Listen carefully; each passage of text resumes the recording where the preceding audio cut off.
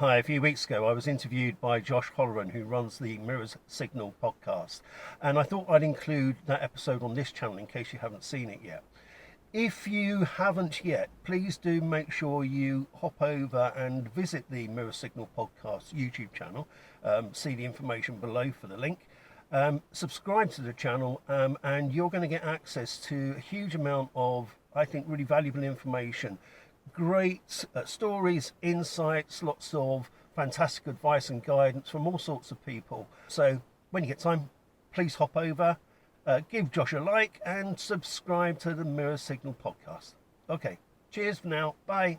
Welcome back to Mirror Signal podcast. I'm your host, Josh Holleran, and today we are joined by Jeff Lucas. In today's episode, Jeff shares his story to qualifying as a driving instructor and some of the difficulties that he faced when he was training, and then why he moved on to PDI training and keeping it simple. So there are 3 words that he uses during his training, and he goes into them in this episode, and that is discovery, clarity, and practice. And what we talk about is how you can apply them in your lessons. So there's a bunch of information in this episode. Jeff spent a few years teaching people how to become driving instructors. So if you're enjoying these episodes, please make sure that you hit the subscribe button. You can also leave any thoughts that you've got in the comments and make sure that you give the episode a like. If you're currently watching on the YouTube app, you can also listen to all of the episodes and they're available on YouTube Music. If you'd like any more information around the podcast or what's coming up, make sure that you head to our Facebook page or group, and they're both available at Mirrors Signal Podcast. For now, we'll get on with the episode. I hope you all enjoy. Jeff, how are you doing? I'm doing well, Josh. How are you? I'm good, thank you. So for the people that haven't heard of you yet, or haven't come across your YouTube channel, which we may talk about later on, would you like to introduce yourself a little bit and give us a bit of your background? Sure. So I've been a driving instructor for around 17, 18 years now. For, I think, 15 years, I've been an ADI trainer. I've worked independently as an instructor and independently as a trainer, but I've also worked for largish stroke national driving schools, helping PDIs through the whole process of Part 1, Part 2, Part 3. And I've lost track of the actual numbers, but it's in the hundreds of PDIs that I've helped through the process. In terms of my prior experience, I've had a very checkered career path. I started off as a designer, then I moved into marketing, then I moved into being a consultant and a director for a public limited company. Then I got made redundant a couple of times in the 90s due to economic recessions. So I decided I was just going to jack all of that in, lost interest in the corporate world. So then I became a publican. My wife and I ran our village pub that's literally 200 yards away from our front door, quintessential country pub for 5 years. And yeah, that was great. A completely different skill set required. And then we decided to sell that and move on because my 2 sons at the time needed a lot more support in terms of their education and their development. So I then was scratching my head and thinking about what to do next. And at that time, my son, who had just turned 17, obviously needed to learn to drive. And I'd also seen a lot of adverts on the television at that time from Red Driving School, telling everybody being a driving instructor is a great job. You can earn 30 grand a year and get this and you can get that. And I thought, well, yeah, that could be interesting. So I started to teach my son how to drive. And the first thing that I realized, having driven him down to a local industrial estate on his very, very first lesson, and we parked up and then we swapped seats. And I was sat there scratching my head thinking, I have absolutely no idea how to teach anybody how to drive. I know what to do. How do I get out of my head what I know into somebody else's head who has no idea what they're doing? And I just found that a really fascinating process to go through. And that sort of stimulated me into looking a little bit more into being a driving instructor. And then, cut a long story short, after about a year to 18 months of research, I decided to join up with a training company. That didn't go well, but eventually I got some rescue training from somebody that I resonated with a lot more than my previous trainer. They helped me to simplify everything down, to understand a lot of the training that I'd been given was unnecessary and was overcomplicating matters for me. And that sort of awakened me into thinking about things in a different way than perhaps I'd been trained before. So I passed my Part 3 test on my third and final attempt. And then from there, having had a really terrible experience through my PDI training, my Part 3 training in particular, once I'd sort of got my feet under the table in terms of feeling confident that I knew what I was doing there or thereabouts in teaching learners, I then thought, right, okay, now what I want to do is help other PDIs never, ever, ever go through the same experience that I went through, because it was soul destroying. It wasn't just the money, albeit that was a factor, because it cost me £3,000 in training fees at the time, and took me about 18 months to complete the process. But it was more the emotional side of things. It was just soul destroying. It was at the end of a training session, which typically normally was about 6 to 8 hours. I'd walk out of the car from having had some Part 3 training with a trainer who, to be honest, he was a nice guy. He clearly knew his stuff. He wasn't deliberately trying to make things difficult for me, but my head was pounding. I had a raging headache because I was just being data dumped all of this supposed essential information that I needed to learn, which actually ultimately proved not to be the case. And I've sort of put my commitment and passion into trying to find simpler and more effective ways of helping PDIs through this whole process, particularly with Part 3. That's a lot to untie. We've covered a lot of time there in about, what, 5 minutes? That's a varied background. And an interesting way into the industry. And you're not alone in that. I know a few people that have had the challenge of teaching their children to drive, realize that maybe it's not that easy. I know we're going to discuss, because you mentioned it there, about simplifying it. Yeah. I think teaching your children comes with its own challenges, whether you're a driving instructor or not.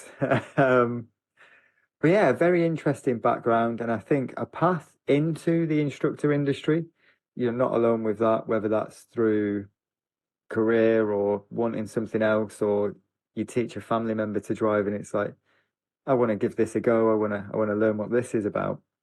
And then how long did you say it was? 18 years later, still going as an instructor. Is it 18 years you've been doing this? Yeah, I think, I forget now, 17 or 18 years. 17 or 18 years. And then a large portion of that training people and helping them not make the same mistakes that were maybe made very early on in your training to become a driving instructor.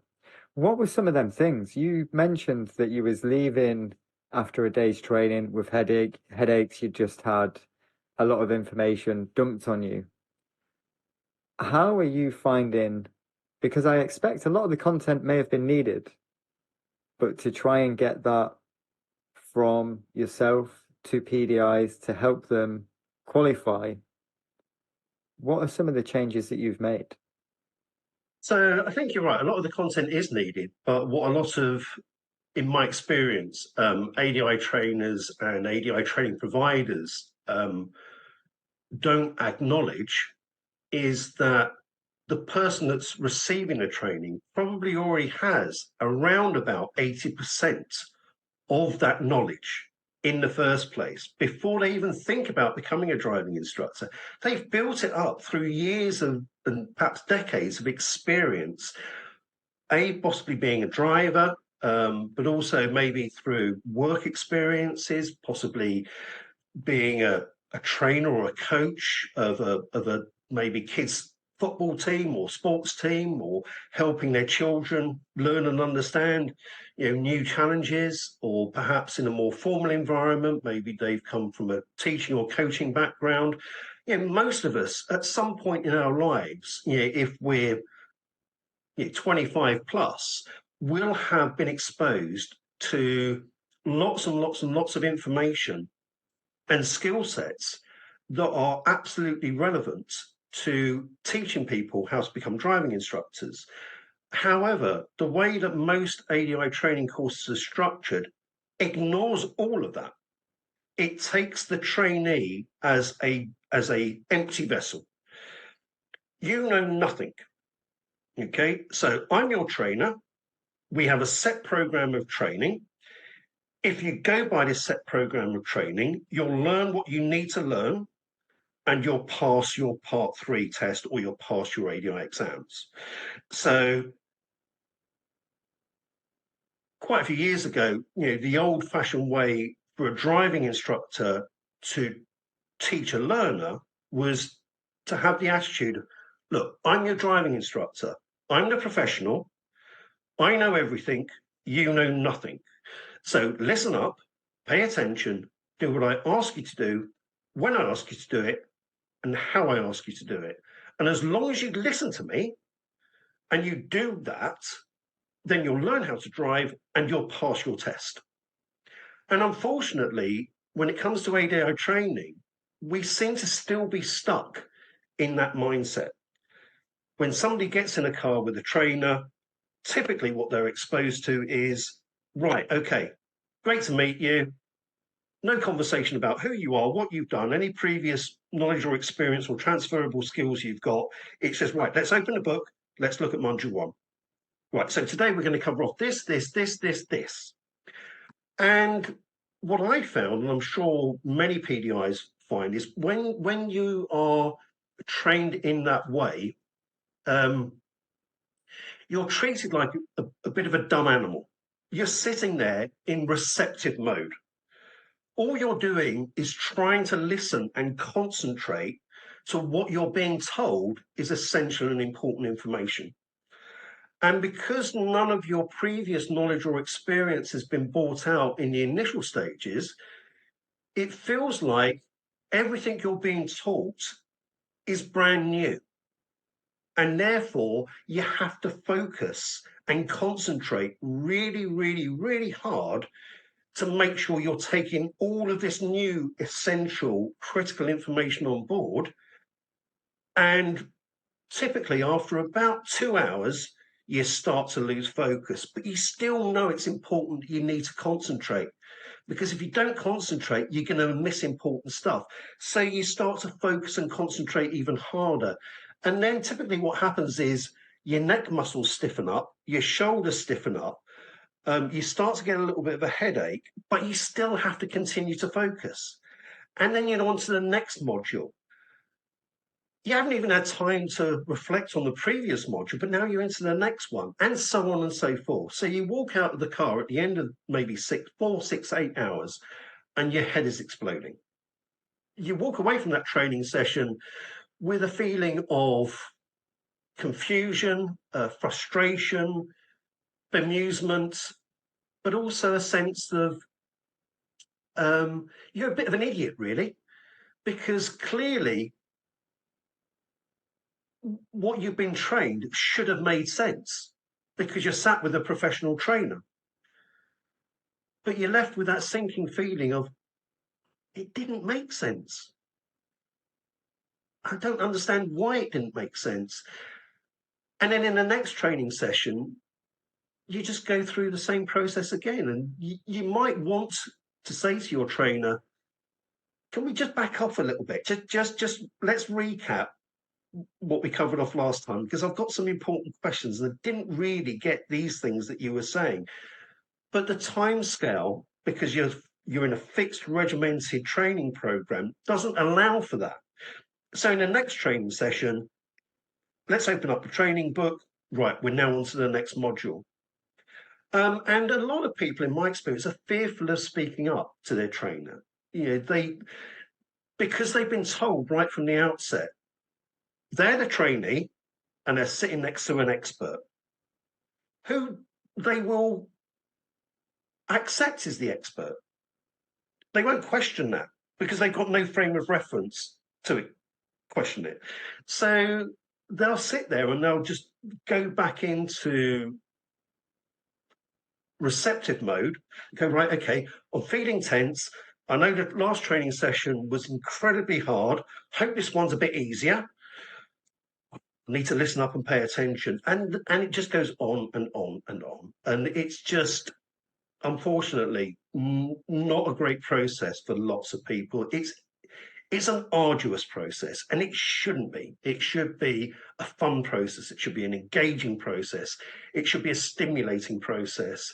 It should be an enlightening process, and it should be an powerful process. But I'd say probably 95 times out of 100, unfortunately, it's the exact opposite. Again, a lot of information there that I'm trying to unpick and will make sense of. It must be hard. I'm not a trainer, and everything seems to be built around 40 hours plus 20 hours additional. And that's not a long time to learn or to develop the skills to build a new career in something what potentially is completely different. What's interesting that you've said is most of us will have about 80% of what we need to become a driving instructor, and it's maybe not referred back to and made relevant in the training.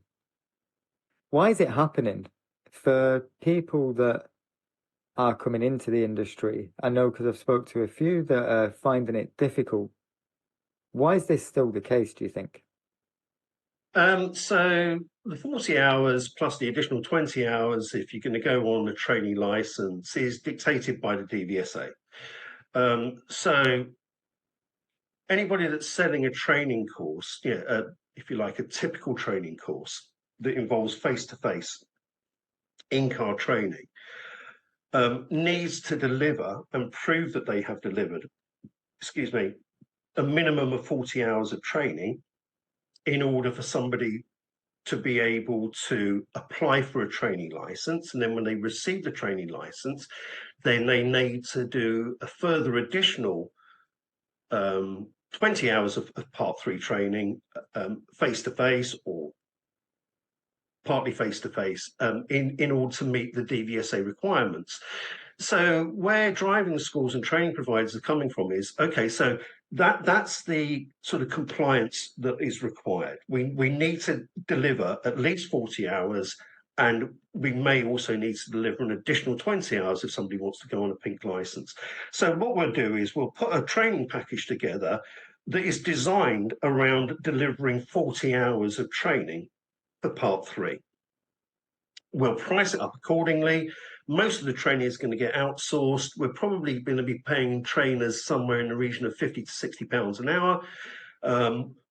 That's quite a big cost to us as a business. So where possible, we'll try and get 2 or perhaps even 3 trainees in a car. So we're still only paying the trainer £60 an hour, but in terms of the way that cost is calculated, that equates to us only investing £20 an hour if we've got 3 trainees in the car. So it's a numbers game. It's spreadsheet crunching. It's following a process that makes commercial sense, but makes no sense in terms of training quality. The reality is, if you decided you wanted to self-train, which you can do, perfectly absolutely fine. DVSA have no problem with that whatsoever. You don't need to prove that you've done 40 hours of training or indeed any hours of training. If you're good enough to pass your Part 3 test because you've self-trained and you've studied hard and you've worked hard and you've practiced, and maybe you've got support from a local ADI who knows their stuff, and maybe you've done lots of online training and you just feel like you've got your head around it all and you know what you're doing, there's absolutely nothing to stop you to go down and pass your Part 3 test on your first attempt. You don't need to present any paperwork to the DVSA whatsoever, and they'll be quite happy to pass you off as long as they feel comfortable in your ability to be able to deliver an effective driving lesson to a student. So, unfortunately, I think the industry has just been structured in such a way over decades now to focus on ADI training and specifically Part 3 training in a very commercial way rather than in a supportive way. How have you made the changes then? So you've gone through this, you've had all the information given to you, you've left training, you're struggling, it's not making sense, you've failed a couple of Part 3s, you're coming up to your last attempt, you got rescue training and then went on to pass your Part 3, and here we are now a few years later. What have you changed, and where do you think the difference can be made for PDIs that are watching or for ADIs that are looking to move into the training? How can we make this more effective for people? Okay, so let me just take you back a little bit in terms, if you like, the first light bulb moment for me in terms of my own training. When it came to rescue training, I knew I wasn't going to get through Part 3 if I stuck with my current trainer and training provider. So again, I did some internet research. I found a guy that was fairly local to me, had a lot of good reviews. So I reached out.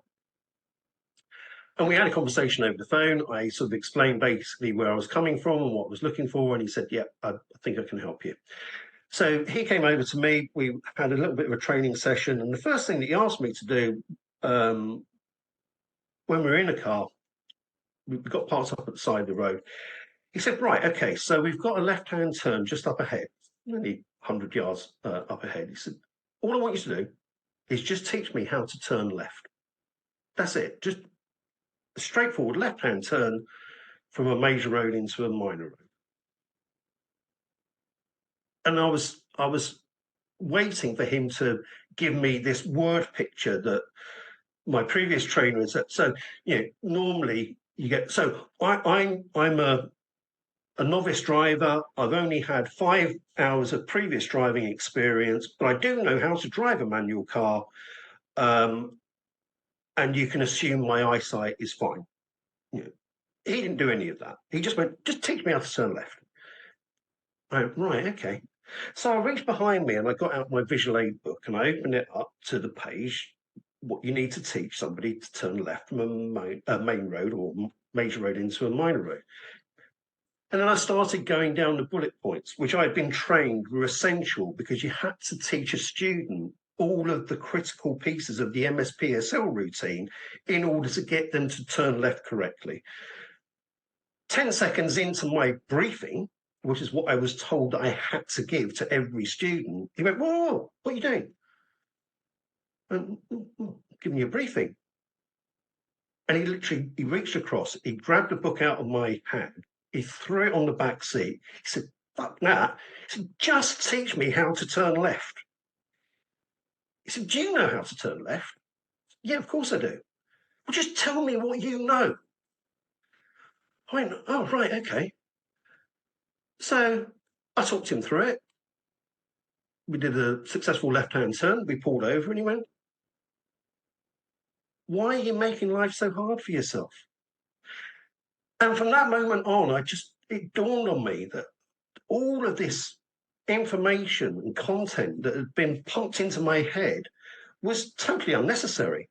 I'm not saying it had no relevance to what I was meant to be doing to be a driving instructor, but it just way overcomplicated it. So from that day on, I've even in driving lessons, I've tried to simplify things as much as I possibly can. Now, making things simple isn't actually simple. It's quite a hard and rigorous process that you need to go through, because it requires a lot of self-reflection. You try to teach somebody something a certain way, and then you recognize that that was a little bit of a struggle, maybe for you, maybe for them, maybe for both of you.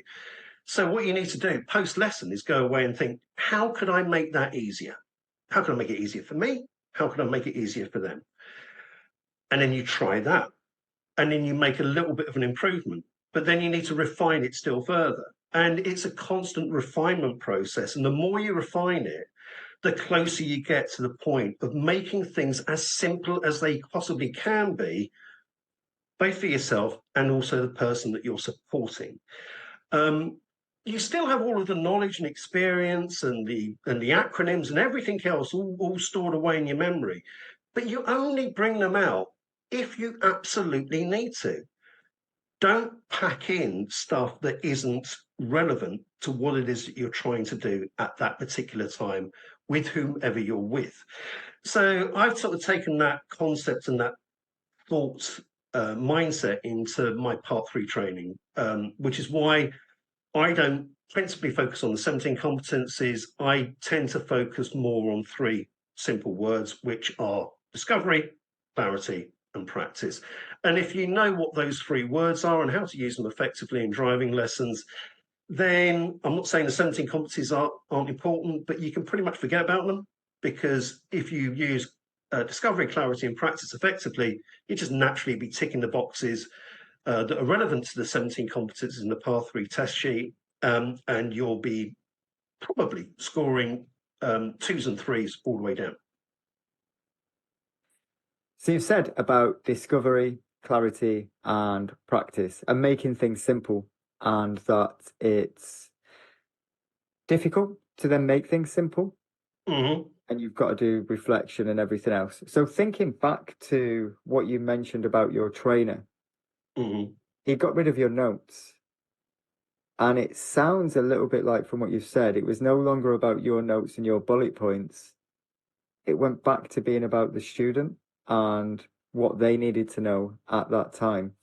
Yeah. How can we put all of that together? What do you mean by that? The discovery, clarity, and practice. How do we utilize that and bring the best out of the student?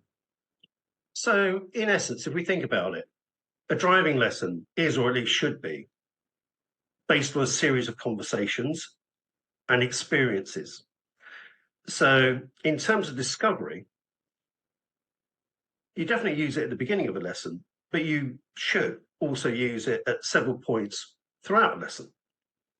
And discovery is really focused on you as the instructor trying to discover as much as you possibly can without being intimidating, without putting them under the Spanish Inquisition, but just try to tease out of them as much as you can that you think is going to be potentially important to what it is that you're then going to support them with. So check in. How are they feeling? Are they feeling bright? Are they feeling bubbly? Have they got a cold? Are they stressing about exams? Have they had an argument with their boyfriend, girlfriend, partner, whoever it might be? Is there something else going on in their lives that could mentally distract them away from what it is that you were thinking about practicing? Okay. So asking a simple question like, how are you? It's a bit of a nicety, but it's got a real purpose behind it as well. Because if you don't get that important first starting point, everything else that you then do could be a complete waste of time. You could have the mindset of you're going to go off and do dual carriageways for the first time with that student. So maybe a lot of stress, a lot of pressure, higher speeds, slip roads, on, off, etc., etc. You don't bother to check in with the student, and then you suddenly find out when you're going down the slip road that they're disappearing inside their heads, their brows are furrowed, all of their body language is stiff, And then eventually you pull over and you check and you go, so what's going on? How are you feeling? "Oh, I'm just really stressed today.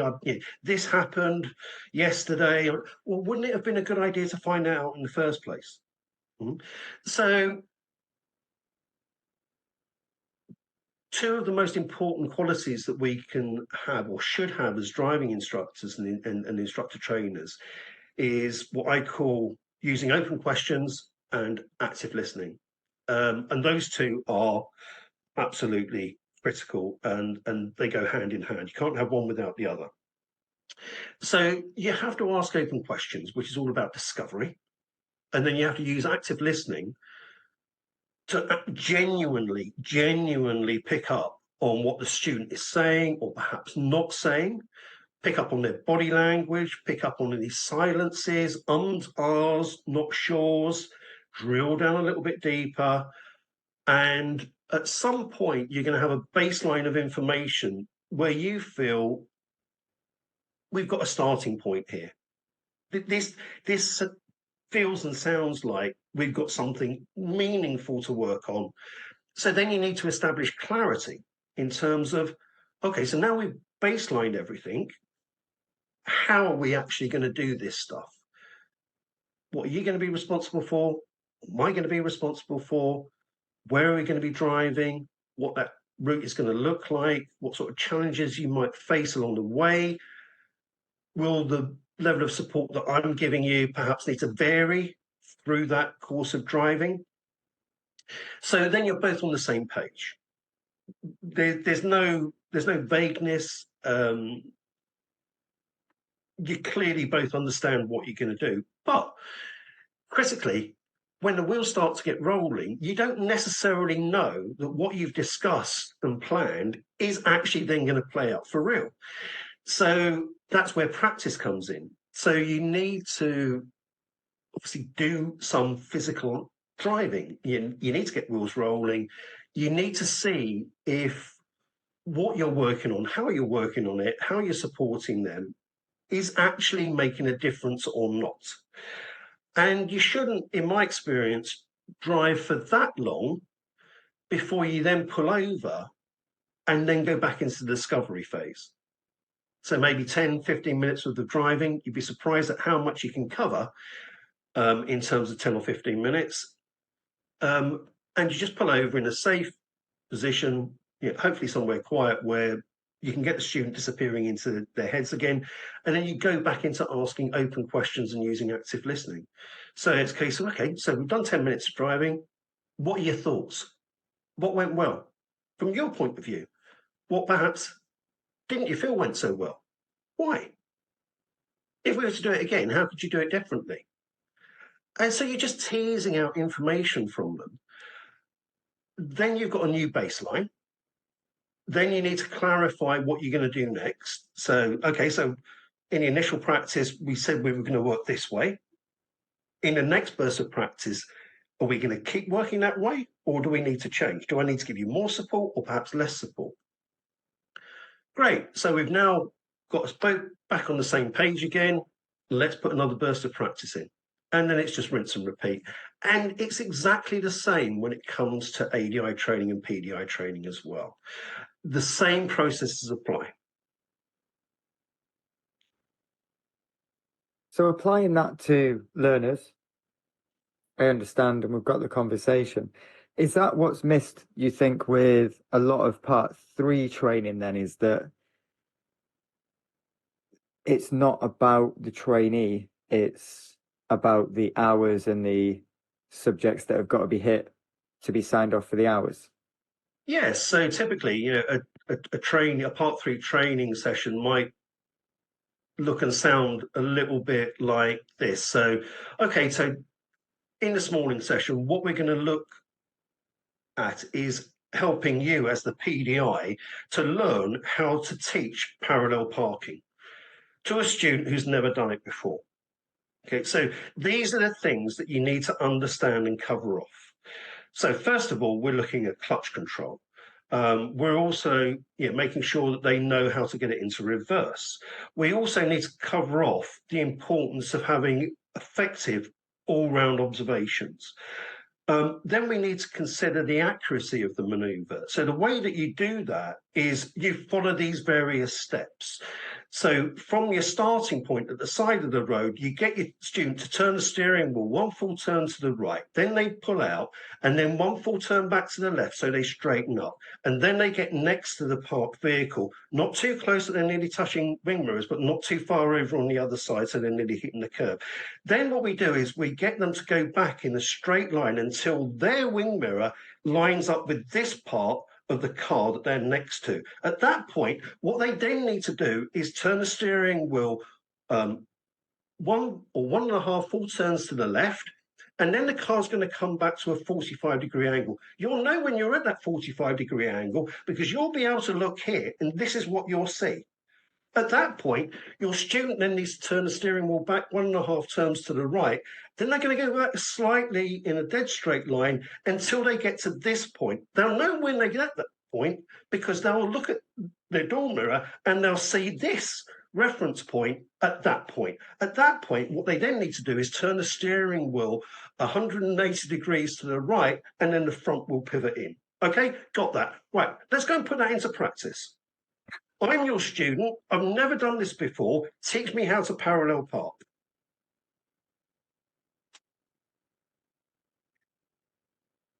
That confused me, and I think I know how to parallel park.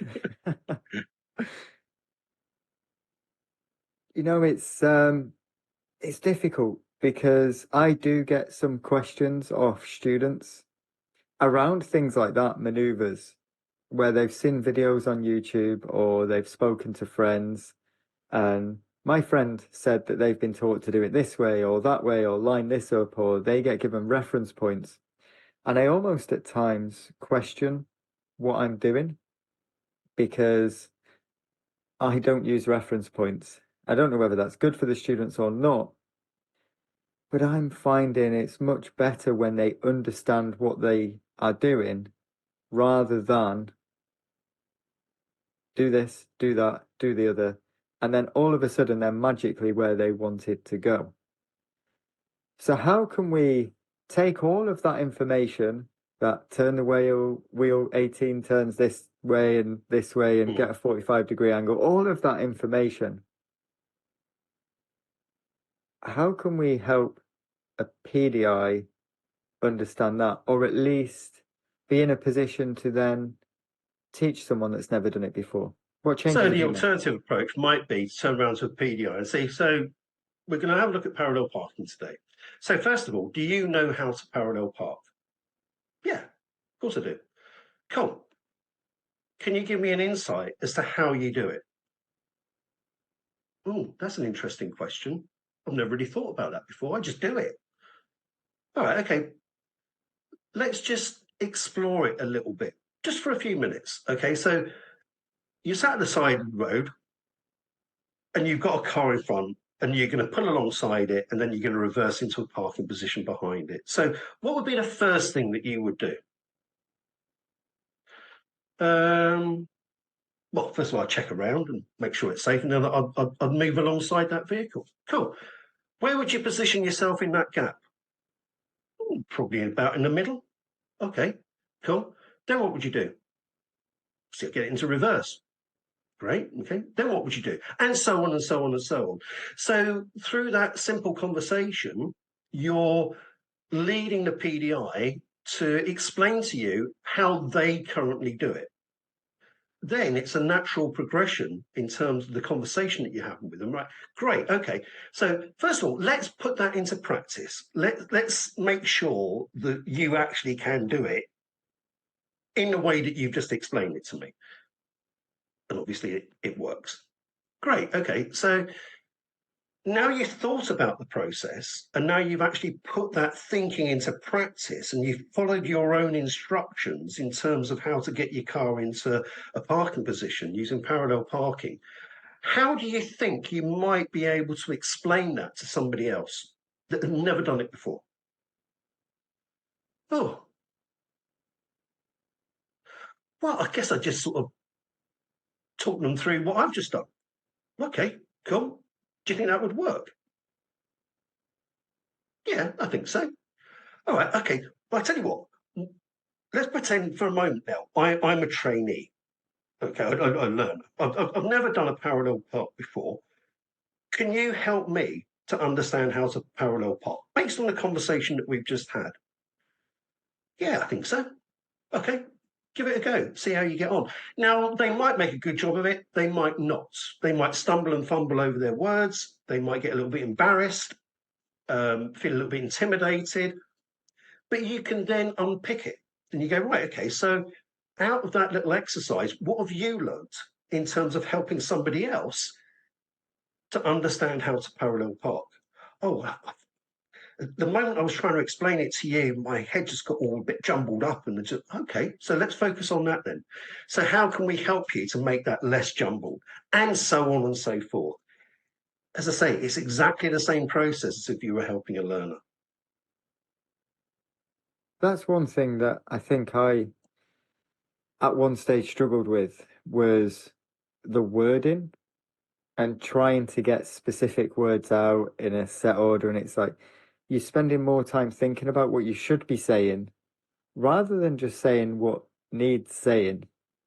And then as you get more confident, or at least I found the more confident I get, I have students that do maneuvers all in slightly different ways. It's I have some that have found reference points that work for them. I have some that turn a bit earlier, a bit later, whatever it is that's going on.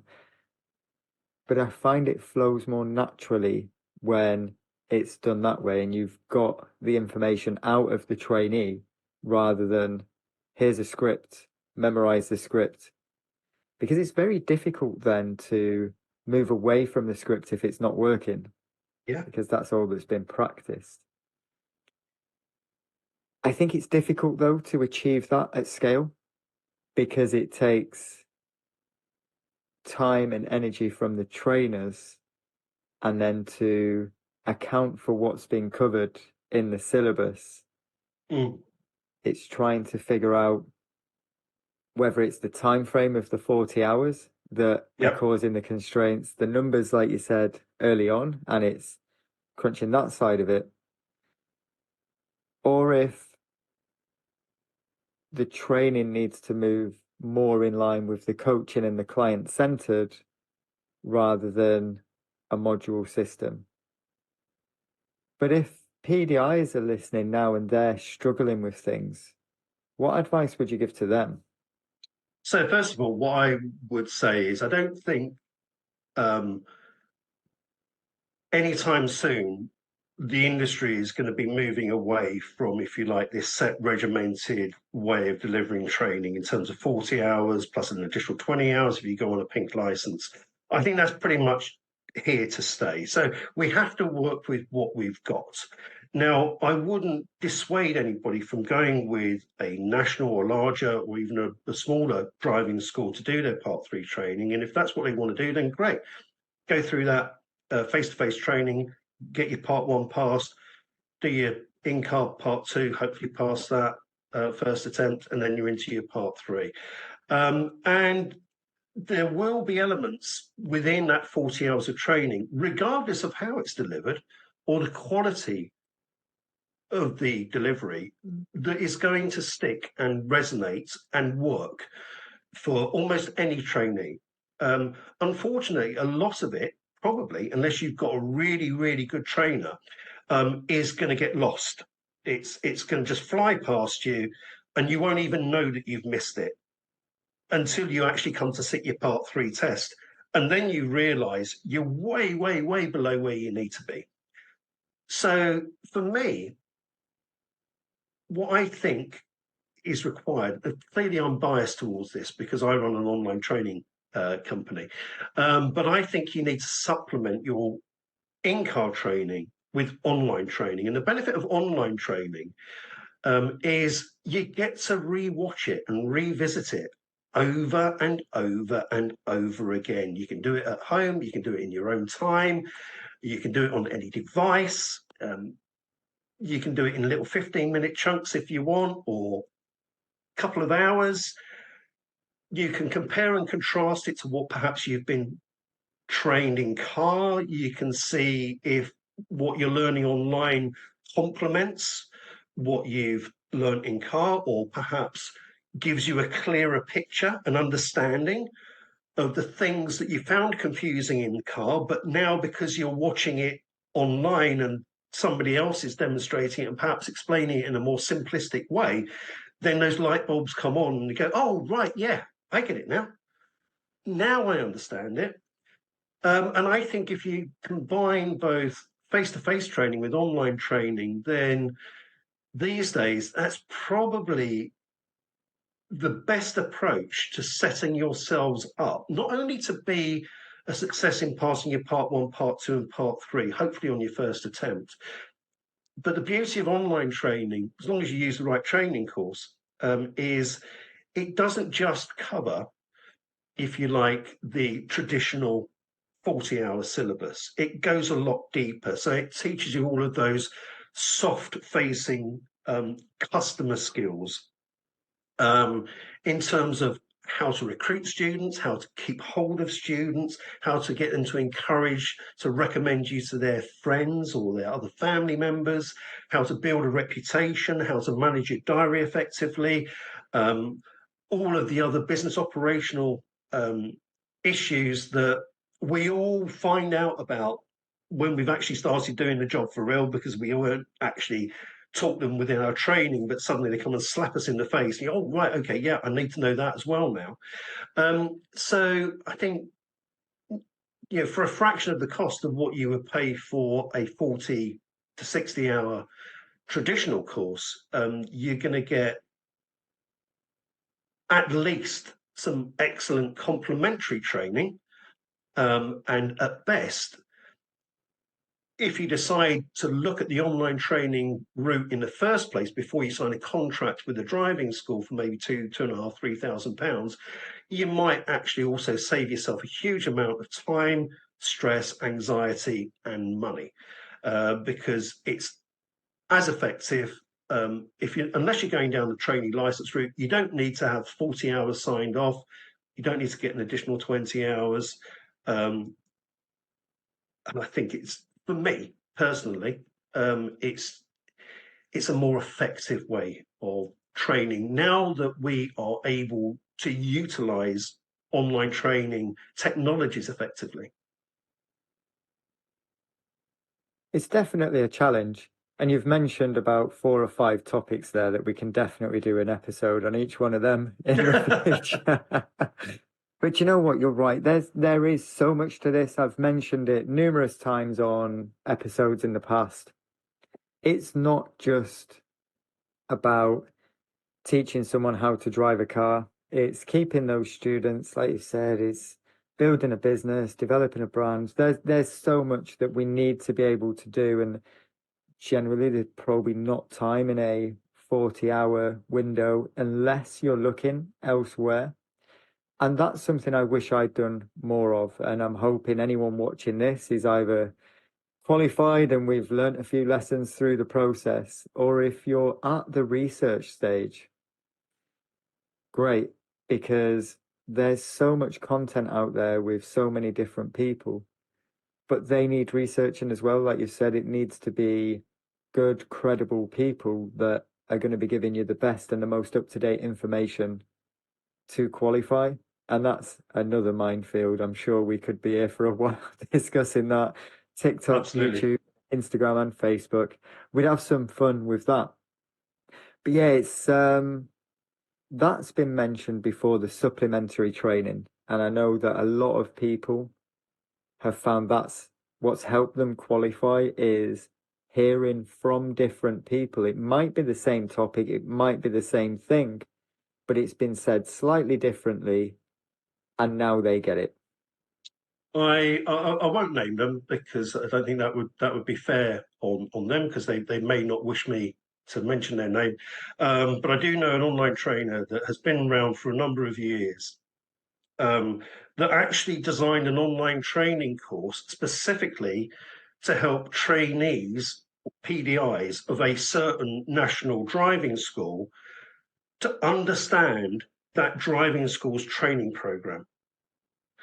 So he literally took them through, right, okay, so what you've been asked to do in your first training day for part 3 is this. Now, what that actually means is this. Okay, so if you didn't understand it from your trainer, hopefully now I've made it nice and simple for you. And he built quite a successful business, literally selling online training courses to people that had already bought a traditional training course to help them to understand how to get through that training course. And that's crazy. I can see why people struggle. And there's the other side of it as well. There is so much good content out there. There is. That's free and accessible for anyone. So many people putting out good free content where I think sometimes it can be a little overwhelming for people as well. And I'd like to hear your thoughts. I have an opinion, maybe we'll go into that, but I'd like to hear your thoughts on how do you deal with it? There's so much good, so much bad. There's only so many hours in the day. There's only so much YouTube you can watch, so many podcasts you can listen to, so many books you can read. If we've got someone watching that's found all of this information and they want to be a driving instructor, what advice would you give them? I think it would be the same as the advice I would offer to anybody that was looking to find resources to help them learn and develop in whatever it might be, regardless of whether it's becoming a driving instructor or not. And you're right, there's so much digital content out there now, it is almost overwhelming. And yes, it is of a very, very mixed quality. And the problem that you have as an individual is knowing what's bad, knowing what's good. Okay? And unfortunately, to that extent, it is a bit of trial and error. That said, what I personally would do, and I think on that basis, what I would recommend to other people, is find a resource, whether that's YouTube or a particular person on YouTube or a particular online training course that gives you some examples that you don't need to pay for in terms of what that training process will look like and the content that you're going to get access to. And just sort of dip your toe in without paying money, without making a commitment, and just to see and get a sense if that person and that style of training and delivery resonates with you. Does it make sense to you? Do you engage with that person that you're watching on a screen, or engage with their content if they're not somebody that wants to have their face on the screen? Are they explaining things in a way that makes sense to you? And I think that's a great first starting point, because I think if people, i.e. online content creators, have put that amount of effort into making their content feel accessible and easy to understand and simple to implement, then the likelihood is that that's a good training program. If it's somebody that's just stuck a dash cam on with their iPhone, just having a little bit of a chat while they're driving along and just being a little bit anecdotal about, what they think about being a driving instructor is about, or how they go about teaching somebody, probably isn't the best advice. Okay, I'm not saying they're wrong. What they say might be great, but you're probably not going to get the right level of support from that type of content as you would if you went to somebody or an organization that had clearly put an awful lot of thought, effort, and commitment into creating a resource that they were very, very confident was going to deliver real value to whoever was watching it. And that might be free, it might be paid, it might be a combination of both. I like that. It comes back to research again, I think, doesn't it? Research, dip your toes in, see where you get on, because that's what I'm learning now. And my thoughts with all of it is the people. I'm struggling because I really enjoy talking to everyone that comes on the podcast. I need someone that I don't get on with to come on at some point. But the people, I think that makes a huge difference. And again, I'm hearing from people that they're maybe not clicking with their trainer. And it's such a challenging position to find yourself. You've spent a lot of money, you've invested a lot of time, you've got a test looming, and you're not clicking with your trainer. And that's a really difficult position to be in, even if you are getting all of these other resources, whether it's free or paid. The in-car practical, the necessary training maybe isn't the most enjoyable experience. And I'm not in a position to advise on that, but what I would be doing now, with hindsight and everything else, would be finding another trainer, looking around and getting a second opinion, because there are so many great people out there. We don't just need to stick to this one way that's not working for us. We need to be looking around, because ultimately it's our business. We might be part of a school, we might be part of a franchise. We're sole traders generally. It's our business, and long term, you need to put yourself in the best position to build that business and develop. But that's my view, is get a second opinion if it's not clicking. Yeah, I totally agree.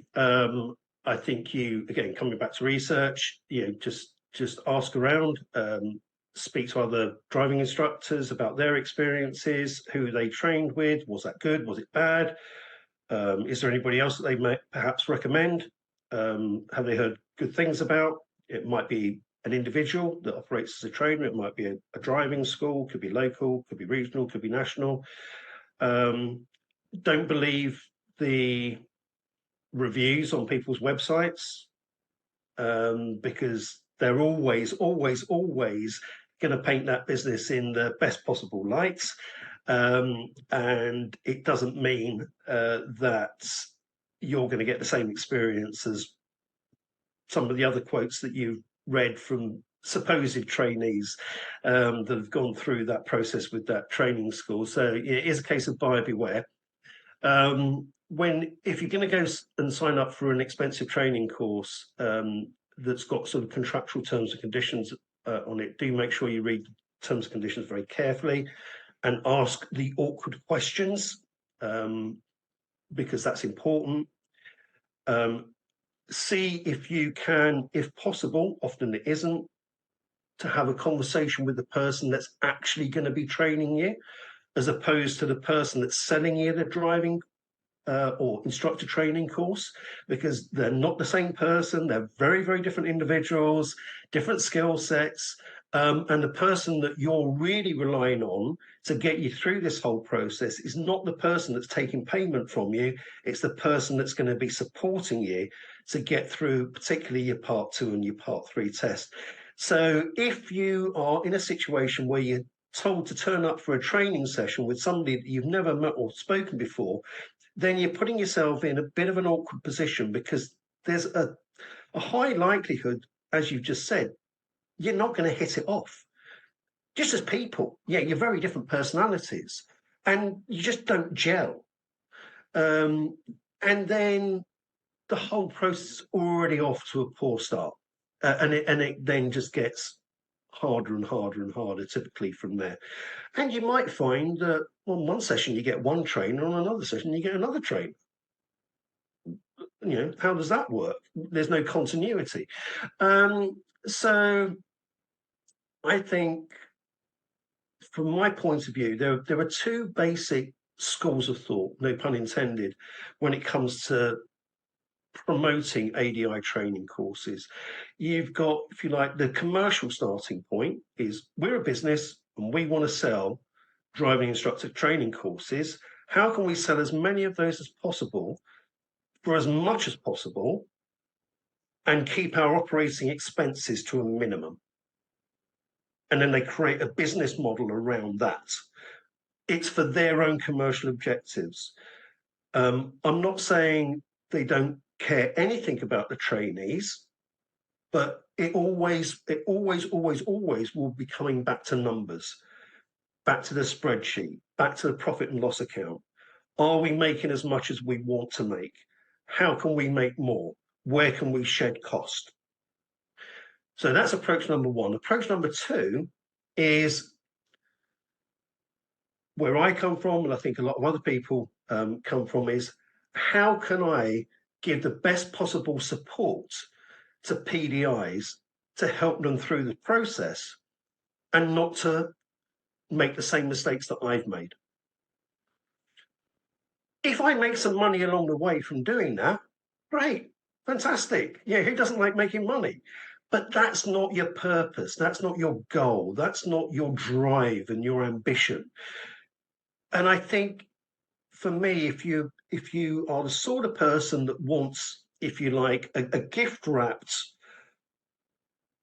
neatly packaged, one size fits all type of solution, so you're gonna get 40 hours, 60 hours part 3 training, you're going to get 10 hours of in-car, you're going to get all these resources for part 1. And then when you qualified, you're going to be guaranteed a job, which you're not. And you're going to be earning 30,000, 40,000, 50,000 pounds a year, and you're going to get a brand new dual control training car, which is yours to use outside of lessons. If that's the sort of thing that floats your boat, then you're probably going to go the route towards the companies that want to sell it to you for their commercial gain.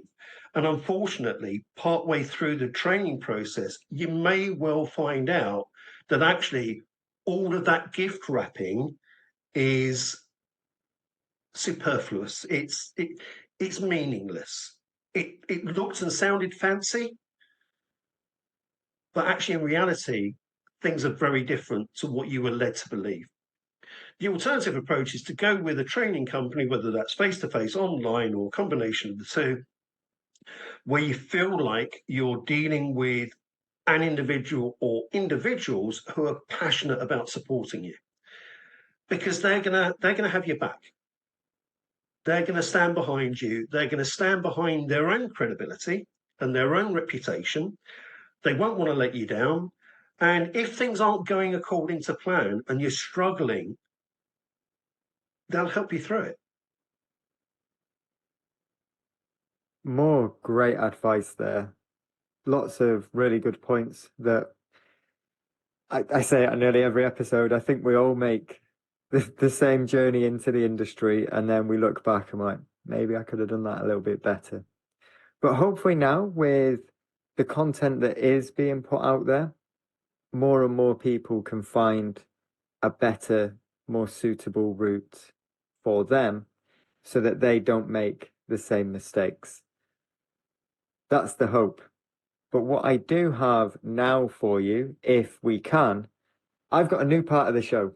Some questions we might delve into a little more than expected, maybe not, but some tell me questions. Do you mind if we go through them? No, go for it. So we've got the first one then. Can you tell me what car you would drive if it was the only car you could ever drive? One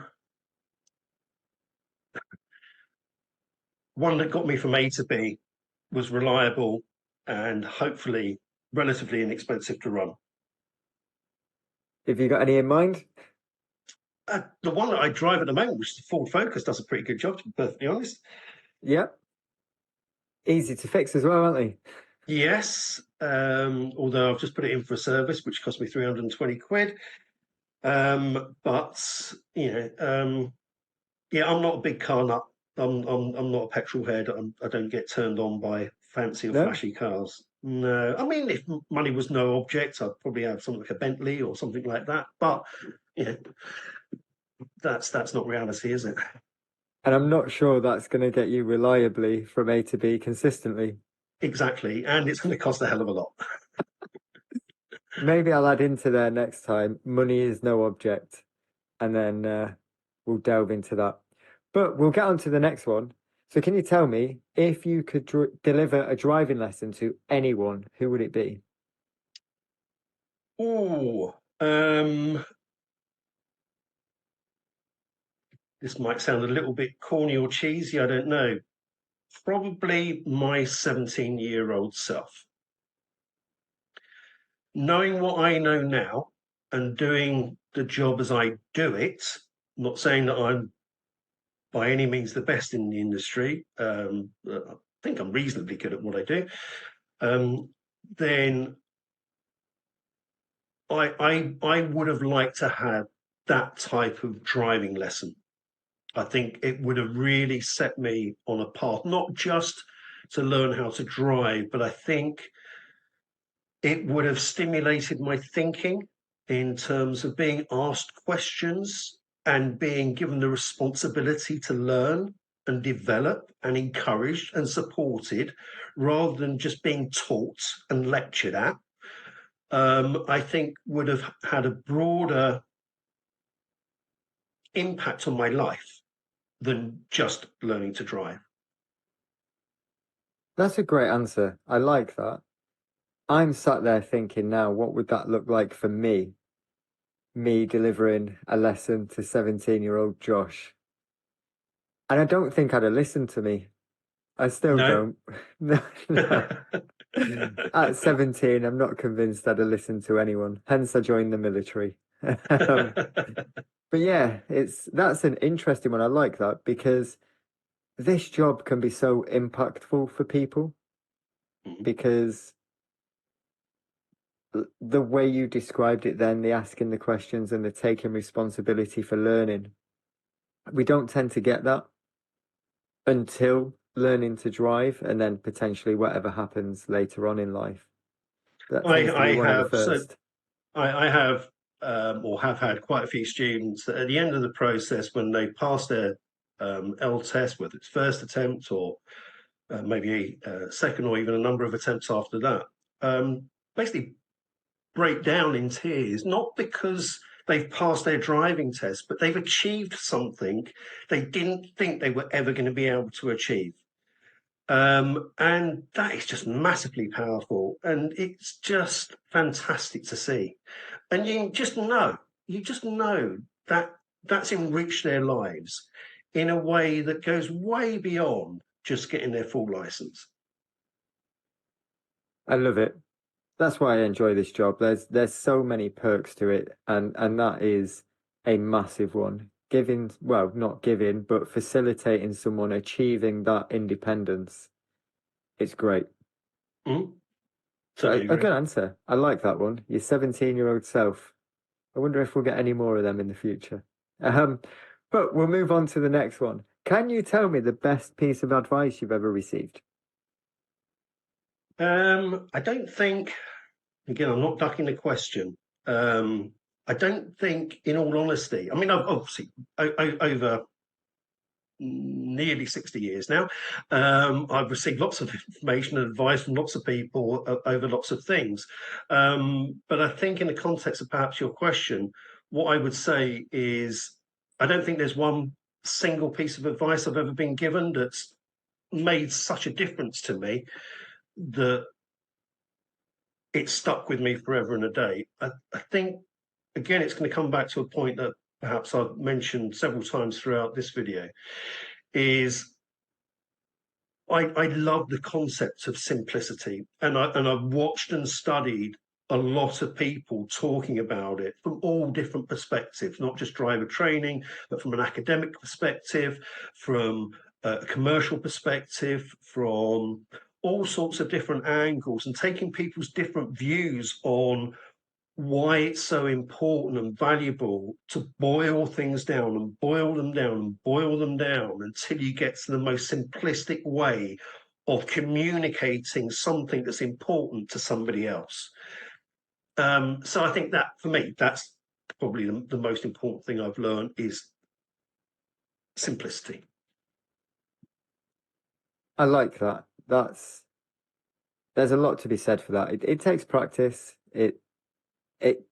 I think it takes for us to make something simple for students, we've got to have a real good understanding of it, and we've got to develop. And the more we know, the easier we can make it for them. You need to know it inside out, back to front, and upside down. But then the challenge is right, okay, so how much of what I now know can I strip out? And I can still get the same message across but in a far, far easier way to understand and implement. And then once you've done that once, as I said earlier, you go through a refinement process. So then you reflect and you go, right, okay, so I've stripped out 50% of it. Is there any more I can strip out? So you try and strip out another 25%. And you use simpler language and shorter words, or you come at it from a different way. You use a demonstration, or you ask a question instead of giving an explanation. And then suddenly what you found took you half an hour to teach somebody is now taking 10 minutes. And not only that, their engagement has gone up massively. They're really enjoying their driving lessons. And again, they're achieving things that they thought were going to be really hard because maybe their mates have told them it was hard or difficult, or they've been watching stuff on TikTok and it all sounds confusing and complicated. And then, within 10 minutes, go, oh, I thought that was going to be really, really hard. It's not, is it? That's the beauty of simplicity. And when you get to that point, you've cracked it. I love it. I've lost track of where we're at, so I'm going to fire another question at you because that went off on a good tangent. I love it. So, yeah, another good answer. That answers one of the questions somewhere, I think. But we'll get on to the next one. Can you tell me your favorite book? And this doesn't need to be industry related. It doesn't need to be anything. Just your favorite book. This is possibly going to be a little bit embarrassing.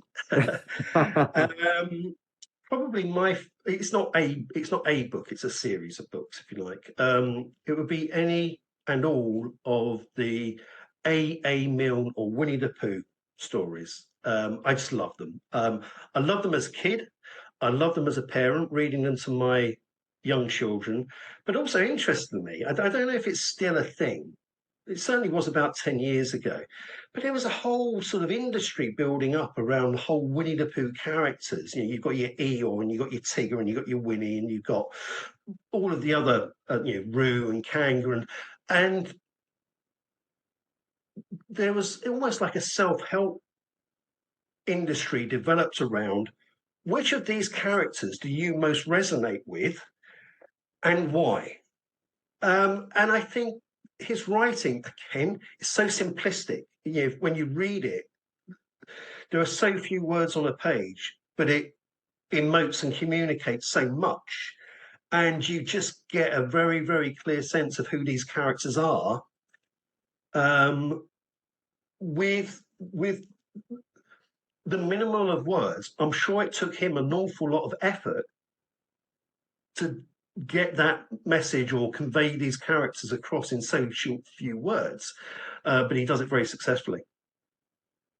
I love that. We got deep with Winnie the Pooh and the books and the stories behind it. A lot of time for that. And those books are great. Reading them to the kids, and it's nothing to be embarrassed about there. A good answer. And I'm sure I should have said something far more intellectual or industry related, but they're the ones that resonate most with me. When you said this could be embarrassing, I'm sat thinking, I wonder where this is going to go. Do you know what didn't pop into my head? But it's good. You can have that one.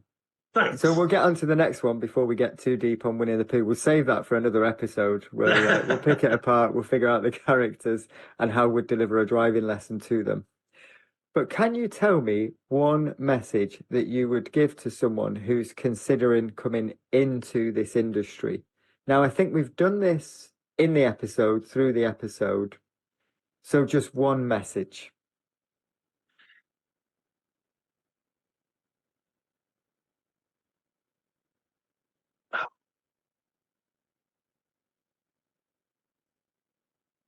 Go in with your eyes wide open and keep it simple. I like that. The theme of the episode, and a very simple, straight to the point answer that covers a lot as well. A great answer. Thanks again. Can you tell me one piece of advice you would give a student before going for their driving test? So this is L student on a driving L test. student, okay. Trust in yourself. You've got this. Again, very simple, and I think there's a lot to that, is telling yourself that you can do it. Yeah, like most things in life, it stems from a sense of self-belief. Yeah, if you don't believe in yourself, then you're halfway to failure. A good answer. Last one then. Can you tell me something you wish you was better at? Oh God. Many things. I think one of the biggest regrets I've got, in a sense, I'd love to be able to play a musical instrument. What instrument? Probably piano.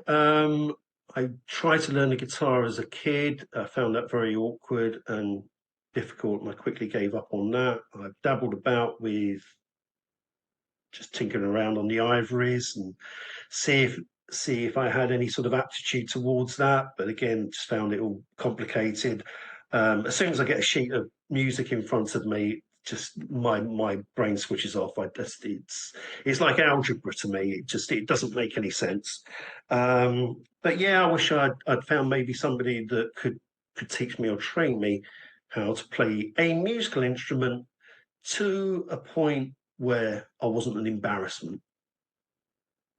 There you go. For anyone watching that maybe wants to do a trade-off, if you're any good at playing any instruments, give him a shout. But that's interesting. I've never been able to read music or play any instruments, and it's a good skill to have. It's an interesting skill to have. I think it's a very sociable skill. I mean, I love it when over the years, been out on quite a few stag do's, and one or two of the members of the group were reasonably competent, if not very competent musicians, and they bring their guitar along, or they'll be able to sit at a piano if there's one in the pub. And not only does it entertain the group, but it entertains everybody else. And it's just great to be able to just strum out or tap out a tune on the piano that everybody knows. It gets a bit of a sing-along going, and it just raises the spirits. I think if you can play a musical instrument, one that you can carry around, and one that's easy to listen to, then I think you're never going to be short of friends, and you'll never have difficulty in finding new friends. I love it. What a great answer. So I lied. It's not the last one. We've got another question now. Is there anything else that you'd like to share? Any final messages for the episode? No, I don't think so. I think we've probably covered off a lot. Hopefully people have found it enjoyable and continue to find it enjoyable and helpful. That's the main thing. Hope I've given some people maybe some genuine, honest, heartfelt advice and guidance that is going to make a little bit of a difference to them. And if they want to check me out on my YouTube channel, then please do so, or check out the website, which is advancedadi.co.uk. Use the same if you're searching me on YouTube as well. It's just AAT and then in brackets advancedadi.co.uk. And if anybody wants to reach out to me, I'd love to hear from them. Whatever stage they're at in terms of their training, or if they've already qualified and they're looking for some additional support, perhaps standards check support, or they just want to have a little bit of a chat. That's absolutely fine. Yeah, I'm always willing to listen and support where I can. Jeff, it's been amazing. Really enjoyed having a chat with you tonight. What we'll do with the links, we'll put them in the description. So anyone that wants to find you, we will put that in there. And any other information that you want me to put in, contact info, how people can reach out, we'll get it put in the description so that people can do so. But thank you very much for your time. It's been great. Thank you.